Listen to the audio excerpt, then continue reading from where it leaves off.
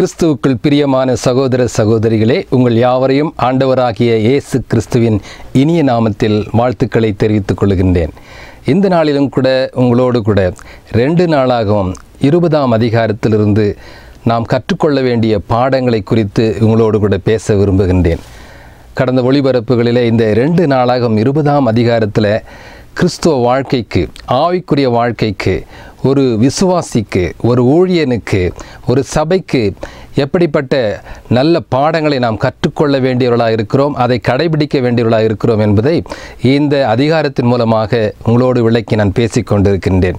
இந்த நாளிலும் கூட நம்முடைய வாழ்க்கையிலே ஏராளமான பிரச்சனைகள் வரலாம், ஏராளமான போராட்டங்கள், ஏராளமான எதிர்ப்புகள், ஏராளமான எதிரிகள், ஏராளமான வியாதிகள், கடன் தொல்லைகள், கஷ்டங்கள் நம்ம எதிர்த்து அல்லது நம்மை சுற்றிலும் சூழ்ந்து கொள்ளும் பொழுது, ஐயோ நான் என்ன செய்வேன், நான் எப்படி இதை மேற்கொள்ளுவேன், நான் எப்படி வெற்றி பெறுவேன் என்று சொல்லி நாம் கலங்குவதும் திகைப்பதும் இயற்கை தான் அருமையானவர்களே. அதே போல தான் இந்த 20ஆம் அதிகாரத்தில் 2 நாளாகவும் 20ஆம் அதிகாரத்தில் இந்த யோசபாத் என்கிற அந்த யூத ராஜாவுக்கு எதிராக, இந்த யூத ஜனங்களுக்கு எதிராக இங்கே ஏராளமான கூட்டம் அங்கே எதிர்த்து வந்தது என்று பார்க்கிறோம். அம்மோனியரும் மோவாப் புத்திரரும் இன்னும் ஏராளமான எதிரிகள் அங்கு யூத ராஜாவையும் யூத மக்களையும் அழிக்கும்படியாய் புறப்பட்டு வந்த வேளையில் அவனும் கூட முதலில் கலங்கினான். யோசபாத் கலங்கினான், பயந்தது உண்மைதான். ஆனால் நாம் கடந்த செய்திகளிலே பார்த்தோம், அவன் கர்த்தரை முதலாவதாக தேடினான். கர்த்தரை உபவாசத்தோடு ஜெபிக்கும்படியாக, ஜெபத் கூட்டங்கள் ஏற்படுத்தும்படியாக, ஒன்று கூடி ஒருமித்து கர்த்தரை நோக்கி உபவாசித்து கூடி ஜெபிக்கும்படியாக தன்னுடைய யூத ஜனங்களையும் அழைத்து அவன் உபவாச ஜெப கூட்டத்தை ஒழுங்கு பண்ணினான் என்று பார்க்கிறோம்.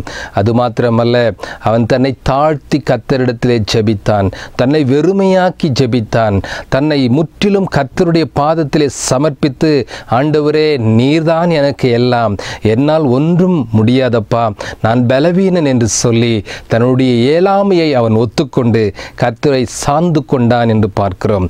ஆம் அருமையானவர்களே, நம்முடைய வாழ்க்கையிலும் கூட ஏராளமான எதிரிகள் வந்து விட்டார்களா? ஏராளமான எதிர்ப்புகள் நம்மை சுற்றிலும் சூழ்ந்து கொண்டிருக்கின்றதா? ஏராளமான பிரச்சனைகள் நம்முடைய குடும்ப வாழ்க்கையிலும், நம்முடைய தொழிலிலும், நம்முடைய படிப்பின் காரியங்களிலும் சூழ்ந்து கொண்டு நம்மை நெருக்குகிறதா?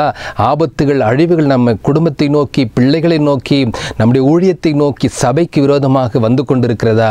கலங்காதிருங்கள்.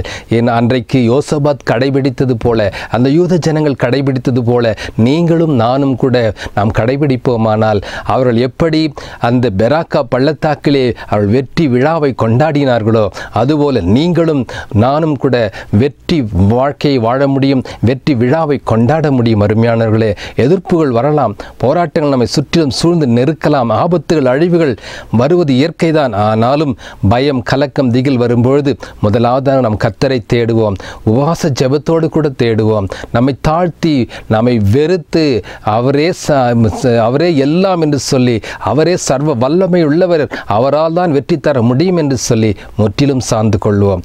அப்படியாக இந்த 3 பாடங்களை முதலாவது கற்றுக்கொண்டோம். யோசபாத்தும் யூதாவும் முதலாவதாக கர்த்தரை தேடினார்கள்.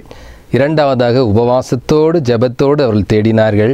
அந்த ஜெபம் தாழ்மையான ஜெபமாயிருந்தது, தங்களை வெறுத்து ஆண்டவரை சார்ந்து கொள்கிற ஒரு ஜெபமாயிருந்தது. அப்படியாக இந்த 3 காரியங்களையும் அவர்கள் செய்த பொழுது கர்த்தர் அவர்களோடு கூட பேச முற்பட்டார். பாருங்கள், அந்த 2 நாளாகவும் 20ஆம் அதிகாரம் 13ஆம் வசனத்தை நாம் வாசிக்கும் பொழுது, அவர்கள் ஜெபம் பண்ணி முடித்த பிறகு, அதாவது அந்த 12ஆம் வசனத்திலே யோசபாத் இவ்விதமாக ஜெபிக்கிறான், எங்கள் தேவனே, அவர்களை நீர் நியாயம் தீர்க்க மாட்டீரோ? எங்களுக்கு விரோதமாக வந்த இந்த ஏராளமான கூட்டத்திற்கு முன்பாக நிற்க எங்களுக்கு பலன் இல்லை, நாங்கள் செய்ய வேண்டியது என்னதென்றும் தெரியவில்லை, ஆகையால் எங்கள் கண்கள் உம்மையே நோக்கி கொண்டிருக்கிறது என்றான். அதன் பிறகு அவன் ஜெபித்து முடித்து விட்ட பிறகு அந்த யூத கோத்திரத்தார் அனைவரும், அவர்கள் குழந்தைகளும், அவர்கள் பெண் ஜாதிகளும், அவர்கள் குமாரரும் கூட கர்த்தருக்கு முன்பாக நின்றார்கள். இந்த வசனத்தின் மூலமாக நாம் என்ன அறிந்து கொள்ளுகிறோம்? ஆவியானவர் எனக்கு கொடுத்த விளக்கம் என்ன தெரியுமா? நாம் ஜெபிக்கிறோம், உண்மைதான், நல்லது தான், உபவாசத்தோடு ஜெபிக்கிறோம். சில வேளையை பாருங்கள், ஜெபித்து முடித்த உடனே நம்ம மாம்ச பிரகாரமாக யாரை தேடலாம், யாரோட உதவி கேட்கலாம். ஜெபத்தை நம்ம செஞ்சு முடித்த பிறகு, அது ஒரு கடமையாக நம்ம செஞ்சு முடித்த பிறகு உடனே நம்ம எங்கே போகலாம், யார் இடத்துல கேட்கலாம், மறுபடியும் அந்த மாம்சத்தினுடைய கிரியைகள் நம்ம இடத்துலேருந்து புறப்படுகிறது. அல்லது ஒரு மூலையில் உட்கார்ந்து சரி ஜெபிச்சு முடிச்சுட்டேன் பார்த்துக்குவார் கர்த்தர், அப்படி கிடையாது. அங்கே பாருங்க, அவங்க எல்லாரும் அங்கே கர்த்தருடைய சமூகத்திலே காத்து நின்றார்கள். அப்படின்னா கர்த்தருடைய வார்த்தை என்ன, கர்த்தருடைய பதில் இதற்கு என்ன, கர்த்தர் ஏதாவது வாக்குத்தத்தம் எனக்கு தரமாட்டாரா என்று சொல்லி ஜெபத்திலே தேவனுடைய வார்த்தைக்காக அவர்கள் காத்து எதிர்பார்த்து நின்றிருந்தார்கள் என்று பார்க்கிறோம். நாமும் கூட அருமையானவர்களே, நம்முடைய வாழ்க்கையிலே, ஜெப வாழ்க்கையிலே, ஜெபம் என்பது நாம் பேசுவது மாத்திரம் அல்லைங்க, ஆண்டவருடைய சத்தத்தையும் ஆண்டவருடைய பேச்சையும் நாம் கேட்க முடியும். அதாவது நாமே எப்போ பார்த்தாலும் பேசிக்கொண்டே ஜெபித்துக்கொண்டே நாம் வேண்டுதல் அளித்துக்கொண்டே இருப்பதல்ல ஜெபம். நாம் சில வேளையிலே அந்த ஜெப வேளையிலே அமர்ந்து கர்த்தருடைய வார்த்தையை, சத்தத்தை நாம் கேட்க வேண்டியவர்களாக, அமைதியோடு காத்திருக்க வேண்டியவர்களாக இருக்கின்றோம். பாருங்கள், சங்கீதத்திலே வாசிக்கிறோம், 46ஆம் சங்கீதம் 10ஆம் வசனத்திலே, நீங்கள் அமர்ந்திருந்து நானே தேவன் என்று அறிந்து கொள்ளுங்கள் என்று சொல்லி சங்கீதக்காரன் மூலமாக கர்த்தர் சொல்லுகிறார். பாருங்கள், நாம் வாழ்க்கையிலே கூட சில வேளை ஜெபிக்கிறோம், உண்மைதான், உடனே எதுவும் நடக்கலை என்று சொன்ன உடனே மறுபடியும் மாம்ச பிரகாரமாக பல கிரியைகளை, பல முயற்சிகளை நம்முடைய சொந்த பலத்தினாலே பல நண்பர்கள் மூலமாக செய்து விடலாம் என்று துடிக்கிறோம். ஆனால் சில வேளை ஜெபித்து கர்த்தருடைய வார்த்தை தாமதமானாலும் அவருடைய சத்தத்திற்கு, அவருடைய வார்த்தைக்கு, அவருடைய பதிலுக்கு, அவருடைய வாக்குத்தத்தத்திற்கு நாம் காத்திருப்போமானால் கர்த்தர் தெளிவாக பேசுவார், திட்டமாக பேசுவார். அவருடைய வாக்குத்தத்தத்தை யார் மூலமாவது நமக்கு போதிப்பார். ஆம் அருமையானவர்களே, இந்த இடத்துல பார்க்கிறோம், அவர்கள் கர்த்தருடைய சமூகத்திலே காத்து நின்றார்களாம். ஜெபித்து முடித்து விட்டு உடனே ஐயோ வீட்டுக்கு போகலாம், அங்கே போயிட்டு சமையல் வேலை செய்யணும், ஐயோ ஸ்கூலுக்கு போகணும், ஆஃபீஸுக்கு போகணும், ஐயோ பிள்ளைகளெல்லாம் ப்ரிப்பேர் பண்ணி அனுப்பணும் அப்படின்னு அந்த அவசரமாக அவர்கள் முடிச்சுட்டு, ஜெபம் முடிச்சுட்டு உடனே ஓடி போயிடல. அல்லது நம்முடைய ஆலயங்களில் எப்படா முடியும், பாஸ்டர் எப்போ பிரசங்கம் அறுத்து முடிப்பார் என்று சொல்லி நம்ம போர் அடிக்குதுன்னு சொல்லி நம்ம எப்படா முடிஞ்ச உடனே மேன் சொல்கிறதுக்குள்ளே ஓடிடலாம் பார்க்கிறோம். ஆனால் இவர்கள் கர்த்தருடைய சமூகத்துக்கு முன்பாக காத்து நின்றார்கள். தேவனே, நாங்கள் ஜெபித்தோம், நாங்கள் உபவாசத்தோடு ஜெபித்தோம், நீர் என்ன எங்களோடு கூட பேச போகிறீர், என்ன பதில் தரப்போகிறீர், என்ன வாக்குத்தத்தம் எங்களுக்கு இப்பொழுது என்று சொல்லி அவர்கள் காத்து நின்றார்கள். அப்படிப்பட்ட காத்து நின்ற வேளையிலே தான் கர்த்தர் அங்கு ஒரு ஆசாரியன் மூலமாக, ஒரு தீர்க்கதரிசியாகிய லேவிய கோத்திரத்திலே இருந்த யகாசியேல் என்ற தீர்க்கதரிசி மூலமாக கர்த்தர் பேச ஆரம்பிக்கின்றார். பாருங்கள், அந்த 15ஆம் வசனத்திலே அந்த லேவியனாகிய யகாசியேல் மேல் கர்த்தருடைய ஆவி இறங்கி வந்து சொன்னது என்னவென்றால், சகல யூதா கோத்திரத்தாரே, எருசலேமின் குடிகளே, ராஜாவாகிய யோசபாத்தை கேளுங்கள். நீங்கள் அந்த ஏராளமான கூட்டத்திற்கு பயப்படாமலும் கலங்காமலும் இருங்கள் என்று கர்த்தர் உங்களுக்கு சொல்லுகிறார். இந்த யுத்தம் உங்களுடையதல்ல, தேவனுடையது என்று சொல்லுகிறார். ஹல்லேலூயா. பாருங்க, கர்த்தருடைய சமூகத்தில் நாம் தாழ்த்தி ஜெபிக்கும் பொழுது, உபவாசித்து ஜெபிக்கும் பொழுது, அவருடைய சமூகத்தை தேடும் பொழுது, அந்த ஜெபத்தை ஏறெடுத்து அவருடைய வார்த்தைக்கு காத்திருக்கும் பொழுது கர்த்தர் பேச ஆரம்பிக்கின்றார். அந்த லேவிய கோத்திரத்தில் அந்த யகாசியேல் என்ற அந்த தீர்க்கதரிசி மூலமாக கர்த்தர் பேசுகிறார். கர்த்தர் யார் மூலமாகவும் பேசுவார், தேவ மனிதர்கள் மூலமாய் பேசுவார், பாஸ்டர்கள் மூலமாய் பேசுவார், சுவிசேஷர்கள் மூலமாய் பேசுவார், உங்கள் டீக்கன்ஸ் மூலமாய் பேசுவார், உங்கள் யூத் லீடர் மூலமாய் பேசுவார். இப்படி தான் கர்த்தர் நேரடியாக வந்து அன்றைக்கு மோசையோடு பேசினது போல பேசணும்னு நாம் எதிர்பார்க்கக்கூடாது. அது நடக்கலாம், இல்லை என்று சொல்லவில்லை. அதே வேளையில் கர்த்தர் பேசுகிற விதங்கள் ஏராளம்.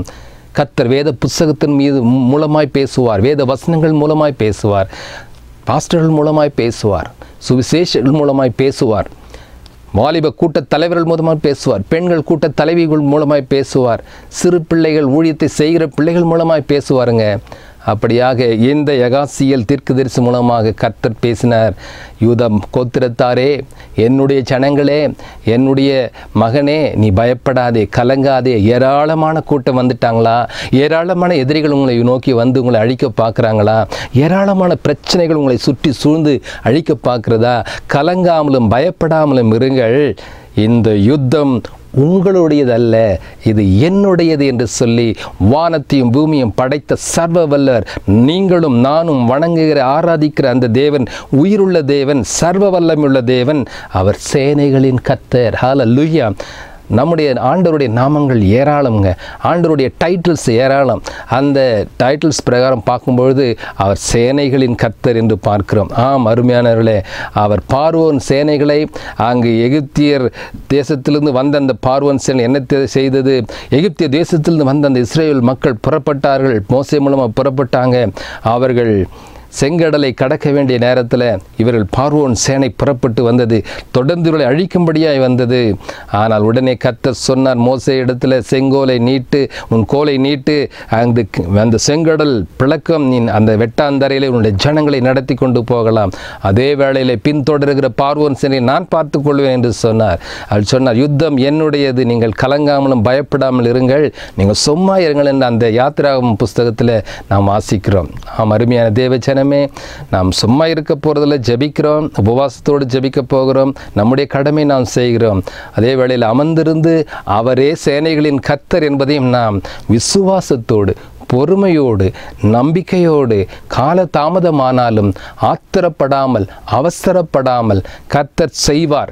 என் தேவன், என் தேவன், நான் வணங்குகிற ஆராதிக்கிற அந்த தேவன், அவர் வெற்றி வீரர், அவர் இஸ்ரவேலில் ஜெயபலமானவர் என்று வேதம் சொல்கிறது போல அவர் என்னுடைய பலமானவர், அவர் ஜெயம் தருகிற தேவன், அவர் எனக்கு நிச்சயம் ஜெயம் தருவார், ஏராளமான பிரச்சனைகள் மீது அவர் வெற்றியை தருவார் என்று சொல்லி நாம் தைரியமாக முன்னேறலாம். ஆம் அருமையானவர்களே, அநேக வேளைகளிலே ஏராளமான யுத்தம் நம்மை நோக்கி வரும்பொழுது, யுத்தம் என்று சொன்னால் ஏதோ இந்தியாவுக்கும் பாகிஸ்தானுக்கும் எதிராக நடக்கிற யுத்தங்கள், 2 நாடுகளுக்கு எதிராக நடக்கிற யுத்தங்கள் என்று நினைக்க வேண்டாம். ஒவ்வொரு தினமும் நமக்கு யுத்தம்தான். நம்முடைய வீட்டில் பாருங்கள், பிசாசவன் யார் மூலமாவது எப்படியாவது யுத்தத்தை தோற்றுவிப்பான். திடீரென்று கணவன் மனைவிக்கும் யுத்தம் இல்லையா, பெற்றோர் பிள்ளைகளுக்கு யுத்தம், ஸ்கூலுக்கு போனால் பக்கத்தில் இருக்கிற மாணவனுக்கும் உனக்கும் யுத்தம் வரலாம். அதுபோல் ஆஃபீஸுக்கு போனால் அதிகாரிகளுக்கும் உங்களுக்கும் யுத்தம், சக ஊழியர்களுக்கும் மத்தியில் யுத்தம், ஏன் சபைகளுக்குள் யுத்தம், இப்படி கமிட்டிக்குள்ளே யுத்தம் நடக்கிற காரியங்கள் தினமும் இன்றைக்கு நம்முடைய தனிப்பட்ட வாழ்க்கையிலே, நம்முடைய குடும்ப வாழ்க்கையிலே, நம்முடைய ஊழியத்திலே, நம்முடைய தொழிலிலே, நாம் வேலை செய்கிற இடத்திலே கூட நாம் அனுதினமும் எதிர்பார்த்து இருக்கிறோம். எதிர்பார்க்கலை, ஆனால் நாம் நாம் எதிர்க்க வேண்டியதாக இருக்கிறது. இப்படிப்பட்ட ஏராளமான போராட்டங்கள் தினமும் நம்முடைய வாழ்க்கையிலே குறுக்கிடுது. அந்த வேளையில் நாமும் கூட பயப்படுவோம், கலங்குவோம். ஆனால் அந்த வேளையில் நாம் பயப்பட வேண்டிய அவசியமில்லை. சத்துருவானன் எப்படியாவது போராட்டங்களை கொடுத்து நம்மை அழிக்க பார்ப்பான். எபேசியர் 6ஆம் அதிகாரம் 12ஆம் வசனம் நமக்கு நன்கு தெரிந்த வசனம். இந்த 6ஆம் அதிகாரம் 12ஆம் வசனத்தில், நீங்கள் பிசாசின் தந்திரங்களோடு எதிர்த்து நிற்க திராணியுள்ளாகும்படி தேவனுடைய சர்வாயுத வர்க்கத்தையும் தரித்து கொள்ளுங்கள். ஏனெனில் மாம்சத்தோடும் இரத்தத்தோடும் அல்ல, துரைத்தனங்களோடும் அதிகாரங்களோடும் இப்பிரபஞ்சத்தின் அந்தகார லோகாதிபதிகளோடும் வான மண்டலங்களில் உள்ள பொல்லாத ஆவிகளின் சேனைகளோடும் நமக்கு போராட்டம் உண்டு என்று சொல்லி ஆண்டவர் சொல்லுகின்றார். நம்முடைய போராட்டம் மாம்சத்தோடு இரத்தத்தோடும் அல்லைங்க. நாம் நினைக்கிறோம் நம்முடைய சொந்தக்காரங்க தான் பெரிய போராட்டமாக யுத்தம் செய்கிறாங்க, நம்முடைய அக்கம் பக்கத்தார் நமக்கு யுத்தம் செய்கிறாங்க, நம்முடைய நண்பர்களே எதிரிகளாக மாறிட்டாங்கன்னு சொல்லி நம்ம வெறுக்கிறோம். ஆனால் சத்துருவானவன், அவனுடைய ஆவிகள், அசுத்த ஆவிகள், வான மண்டலத்தில் இருக்கிற பொல்லாத ஆவிகள் நம்மை எதிர்த்து எப்பொழுதும் யார் மூலமாவது போராட்டங்களையும் யுத்தங்களையும் நம்மை நோக்கி கொண்டு வந்து நம்மை அழிக்கவும் நம்மை ஆபத்திலே தள்ளவும் பார்க்கிறது. அந்த வேளையில் நாம் என்ன செய்கிறோம்? நாம் என்னதான் ஆவிக்குரியவர்களாக இருந்தாலும் ஜெபித்தாலும், ஐயோ நான் தோல்வி அடைய போகிறேனே, ஐயோ நான் வெற்றி அடையவே மாட்டேனே, என்னுடைய வாழ்க்கையில் அழிவு வந்து விட்டதே, நான் அழிந்து போவேன், என் குடும்பம் அழிஞ்சு போயிடும், என் பிள்ளைங்க படிக்க மாட்டாங்க, இப்படியே நம்ம நெகட்டிவ் வேர்ட்ஸை சொல்லி கொண்டே இருக்கிறோம். நம்ம எதிர்மறை வார்த்தைகளை சொல்லி தாழ்வு மனப்பான்மை கொண்டு நம்மையே நாம் அழித்து கொள்ளுகிறோம். சோர்ந்து போய் ஒரு மூலையில் முடங்கி கொள்ளுகிறோம். அப்படியில் அருமையானவர்களே, கர்த்தரிடத்தில் கூடி ஜெபிங்க, உபவாசத்தோடு ஜெபிங்க, தாழ்த்தி ஜெபிப்போம். அப்படிப்பட்ட வேளையிலே கர்த்தர் பேசுவார். யார் மூலமாவது பேசுவார், அவரே பேசுவார். அவர் மூலமாக தேவ மனிதர்களோடு அவர் பேசுவார். அருமையானவர்களே, அந்த விதமாக கர்த்தர் அந்த தீர்க்கதரிசி மூலமாக பேசினார். அவர் சொன்னார், கலங்காமலும் பயப்படாமல் இருங்கள், இன்றைக்கு நான் பார்த்து கொள்ளுகிறேன், இன்றைக்கு நாளைக்கு புறப்பட்டு போங்கள், நான் உங்களோடு கூட இருக்கிறேன் என்று சொன்னார்.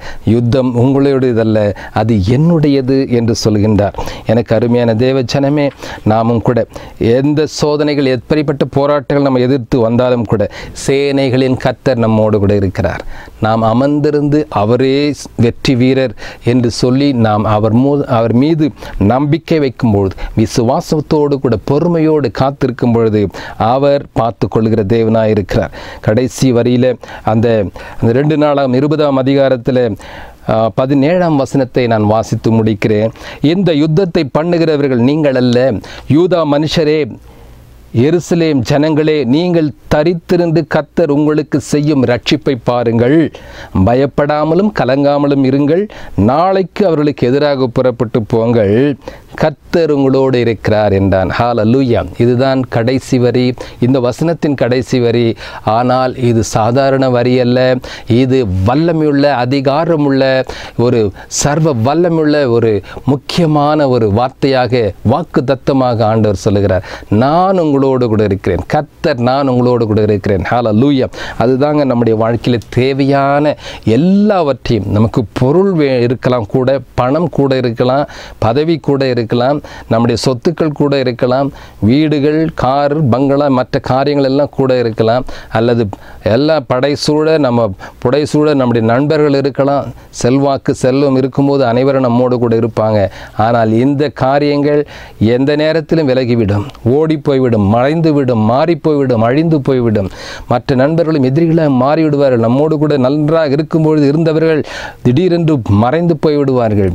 இவர் நம்மோடு கூட எப்பொழுதுமே இருப்பது கிடையாது. ஆனால் அவர் மரித்து அடக்கம் பண்ணப்பட்டு உயிரோடு எழுந்த, நேற்றும் இன்றும் என்றும் வாழ்கிற, நானே உயிர்த்தெழுதலும் ஜீவனுமாய் இருக்கிறேன், நான் மரித்தேன் ஆனாலும் சதா காலங்களிலும் உயிரோடு கூட இருக்கிறேன் என்று சொன்ன ஒரே ஆண்டவராக இயேசு கிறிஸ்து சொல்லுகின்றார், நான் உங்களோடு கூட இருக்கிறேன், நீங்கள் புறப்படுங்கள், நீங்கள் யுத்தத்திற்கு செல்லுங்கள் என்று சொல்லுகின்றார். கர்த்தர் அருமையான தேவன் சொல்லுகின்றார், நான் உங்களோடு கூட இருக்கிறேன், சேனைகளின் கர்த்தர் நான் உங்களோடு கூட இருக்கிறேன், நான் பார்த்து என்று சொல்லுகின்றார். எனக்கு அருமையானவர்களே, கர்த்தரை நாம் எப்பொழுது நம்மோடு கூட வைத்துக் கொள்வோம், அவர் கரம் பிடித்து கொள்வோம். இம்மானுவேல் தேவன் என்று அவருடைய பெயர். இம்மானுவேல் என்று சொன்னால் God with us, God with us என்று சொன்னால் அதுக்கு past tense இல்லை, கடந்த காலம் இல்லை, நிகழ்காலம் இல்லை, வருங்காலம் இல்லை. There is no past tense, there is no present tense, there is no future tense in the word God with us. அப்படி என்றால் அவர் ஆதியும் அந்தவுமானவர், காலத்திற்கு உட்பட்டவர் அல்ல, அவர் காலத்தை கடந்தவர், அவர் எப்பொழுதும் நம்மோடு கூட இருக்கிறவர். அவர் சொன்னார், இதோ உலகத்தின் முடிவு பரியந்தம் சகல நாட்களிலும் நான் உங்களோடு கூட இருக்கிறேன் மகனே மகளே என்று சொல்லுகின்றார். உங்களுக்கு எதிராக இன்றைக்கு எதிர்த்து யுத்தங்கள் வந்து கொண்டிருக்கிறதா? உங்களுக்கு எதிரான எதிரிகளும் எதிர்ப்புகளும் தடைகளும் போராட்டங்களும் தொடர்ந்து உங்கள் குடும்பத்தையும் பிள்ளைகளையும் அழிக்க வருகிறதா? உங்களை சுற்றிலும் சூழ்ந்து நெருக்குகிறதா? பயம் இருக்கிறதா? திகில் வருகிறதா? கலக்கம், குழப்பம், சந்தேகம் வருகிறதா? கர்த்தர் சொல்லுகின்றார், மகனே, யுத்தம் என்னுடையது. அநேக வேளையில் நாம் என்ன செய்கிறோம்? இனி தோல்விதான், இனி வெற்றி பெறவே முடியாது, எவ்வளவு நாளுங்க இந்த யுத்தம், எவ்வளவு நாள் போராட்டம், இந்த போராட்டத்துக்கு மேலே போராட்டம், இந்த மனுஷனோடு போராட்டம், இந்த மனைவியோடு போராட்டம், இந்த பிள்ளைங்களோடு போராட்டம், என் பக்கத்து வீட்டுக்காரோடு போராட்டம், என்னுடைய சபையிலே போராட்டம், எனக்கு எதிராக எந்த ஊழியத்துக்கு எதிரான போராட்டம், யுத்தங்கள் எவ்வளவு நாள்? நான் விட்டு விடலான்னு நினைக்கிறேன், நான் விலகி வெறுத்து விட்டு நம்ம பாட்டுக்கு நம்ம வேலையை பார்த்து கொள்ளலான்னு நினைக்கிறேன். தோல்வி மனப்பான்மை கொள்ள ஆரம்பிக்கிறோம், நாம் விரக்தி கொள்ளுகிறோம், வெறுப்பு கொள்ளுகிறோம், எரிச்சல் கொள்ளுகிறோம், கர்த்தர் மீதும் கோபப்படுகிறோம். அவர் என்னை கைவிட்டார், என்னை விட்டு விலகிவிட்டார், அவர் இருந்தால் ஏன் இப்படி நடக்கிறது என்று சொல்லி நாம் கேட்டுக்கொண்டு நாம் கர்த்தரை விட்டும் விலகி போகிறோம். ஆனால் கர்த்தர் இன்றைக்கு சொல்லுகிறார், நான் உன்னோடு கூட இருக்கிறேன். உனக்கு எதிராக ஏராளமான கூட்டம் வரலாம், ஏராளமான பிரச்சனைகள் வரலாம், என்னை சார்ந்து கொள், என்னை நம்பு என்று சொல்லி கர்த்தர் வாக்குத்தத்தம் செய்தார். இன்றைக்கு இப்படிப்பட்ட போராட்டங்களை எதிர்த்து நிற்கிறதா? இப்படிப்பட்ட யுத்தங்கள் யுத்த களத்திலே நீங்கள் நிற்கிறீர்களா? உங்களுக்கு எதிரான போராட்டங்கள், எதிர்ப்புகள் உங்களை சுற்றி சூழ்ந்து இருக்கிறதா? தோல்வி மனப்பான்மை வந்து விட்டு விடலாம், சரணடைந்து விடலாம், ஒப்புக்கொள்ளலாம் என்று நினைக்கிறீர்களா? உங்களுடைய தோல்வியை ஒப்புக்கொள்ளலாம் என்று நீங்கள் முற்றிலுமாய் விரக்தி அடைந்த நிலைமையிலே இருக்கிறீர்களா? இன்றைக்கு கர்த்தர் சொல்கிறார், மகனே மகளே, யுத்தம் என்னுடையது, யுத்தம் என்னுடையது, நான் சேனைகளின் கர்த்தர், தைரியமாயிரு. உனக்கு எதிராக புறப்பட்ட அந்த எதிரிகளை போராட்டங்களை நான் மேற்கொண்டு உனக்கு வெற்றியை தர முடியும்.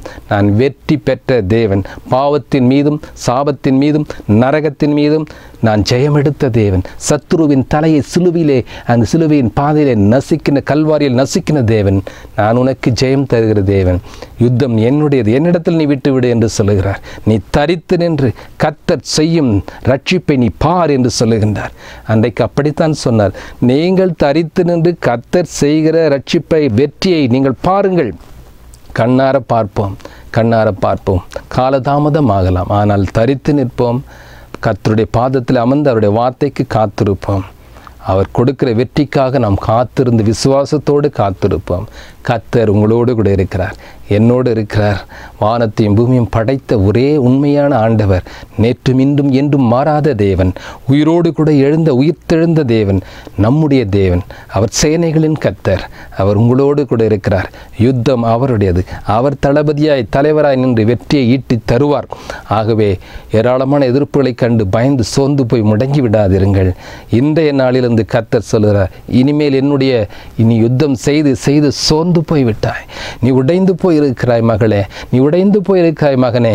இந்த யுத்தம் உன்னுடையது அல்ல, இனிமேல் இது என்னுடையது, நான் பார்த்து கொள்ளுகிறேன் என்று சொல்லுகிறார். நான் சேனைகளின் கர்த்தர். I am the God, Emmanuel, and I am with you always. I will never leave you nor forsake you என்ற கர்த்தர் சொல்லுகிறார்.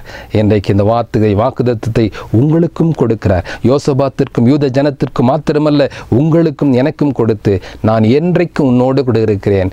எத்தனை யுத்தங்கள் உன் வாழ்க்கையிலே வந்தாலும் நான் பார்த்து கொள்ளுகிறேன் என்று சொல்லுகிறார். ஆக எனக்கு அருமையான தேவ ஜனமே, இந்த 2 நாளாம் 20ஆம் அதிகாரத்தில் அநேக பாடங்களை நாம் கற்றுக்கொள்ளுகிறோம். தீர்க்கதரிசி மூலமாய் கர்த்தர் பேசினார். அவர்கள் காத்து நின்றார்கள், தேவனுடைய வார்த்தைக்கு காத்திருந்தார்கள். ஜெபம் பண்ணி முடித்த பிறகு, நாமும் கூட ஜெபம் பண்ணி முடித்த பிறகு கர்த்தருடைய வாக்குத்தத்துக்காய், அவருடைய பதிலுக்காய்,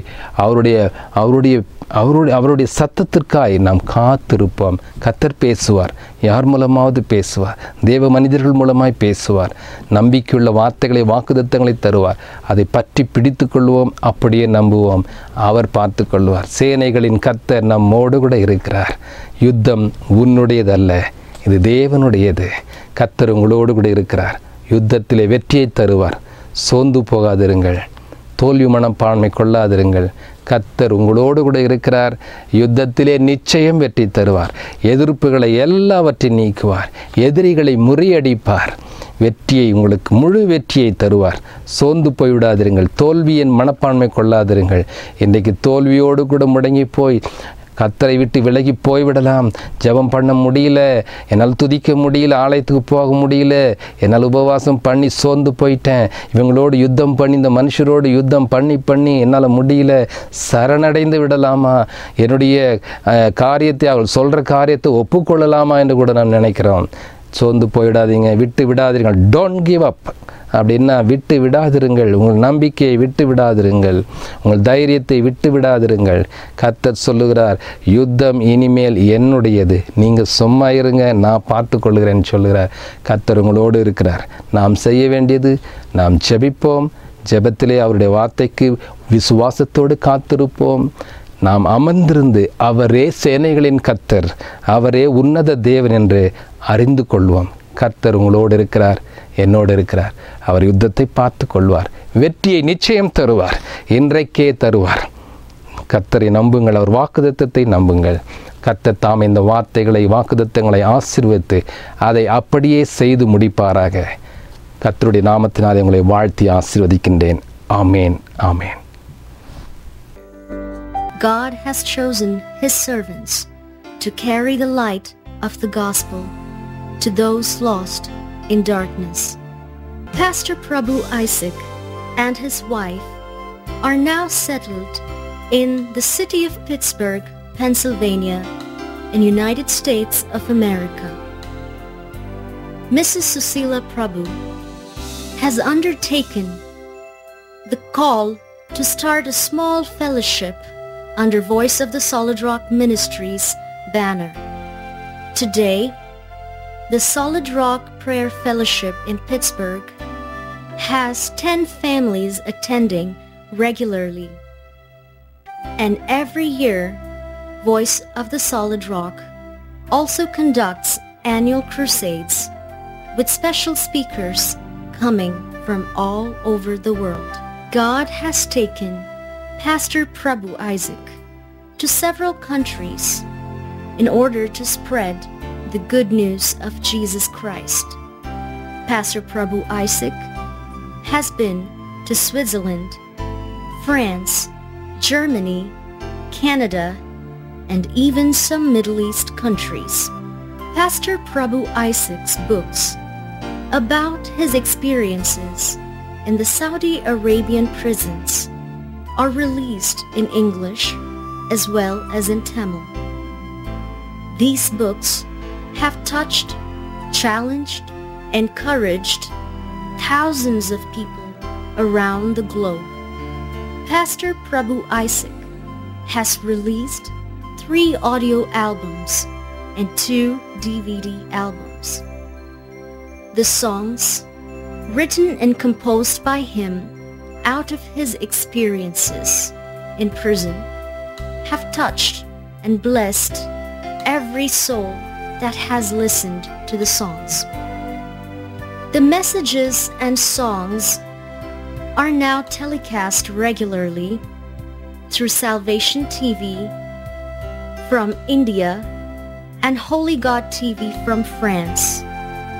Many who have seen these songs and heard his messages around the world have been blessed. We thank every one of you for your prayers. Since the ministry continues to grow, we require more of your prayers and support. You can partner with us and send your support or contact us at the following addresses. Thank you for your prayers once again, and God bless you.